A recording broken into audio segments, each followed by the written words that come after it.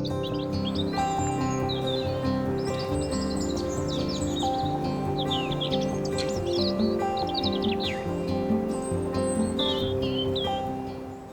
Mount Puro Nature Reserve ay isang pangarap ko yan. Gusto kong ibalik ang kalikasan. Yun ang utos ng nanay ko para hindi na magbabaha dito sa Manila. Nung narinig ko yun, medyo ninervyos ako. Paano ko, Panginoon, magagawa yan? Nag-iisa ko.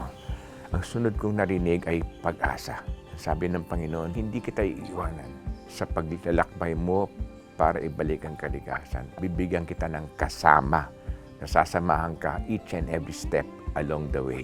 Nakita namin dito na ang pagbabalik ng kalikasan hindi lang sa pagtatanim ng puno. Kasama dito ang pakikisalamuha sa mga tao dito sa bundok, lalong-lalo na ang mga dumagat.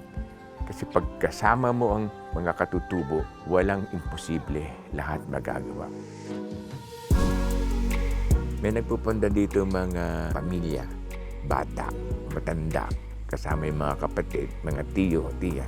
And it's an opportunity for them to really connect to each other. Meron po kaming mga pre-schedule of activities. Unang-una po is forest hike. And then we have river excursion. Meron din po tayong swimming pool. And then playground po para po sa mga bata. And then we have cottages dito sa loob ng Mount Puro Nature Reserve. Open po kami ng overnight stay. And then nag-accept din po kami ng walk-in and then day tour. Bago po pumunta sa mga accommodations or sa mga cottages ang aming guests, meron po kaming briefing area para po alam din nila kung ano po yung laman ng Mount Puro Nature Reserve at kung ano po yung naitulong nito sa mga staff. Lahat ng ginagawa dito, kasama mo yung tao. Sa mga construction ng mga facilities dito, mga native wood lahat ito eh. At kasama namin ng katutubo ang tinayo ito. Dito, pag may gusto magtanim, meron kaming kondisyon. Kailangan babalikan nyo. More or less, ang milyong puno na ang naitanim namin sa loob ng 37 years. Nag-umpita kami 1980s.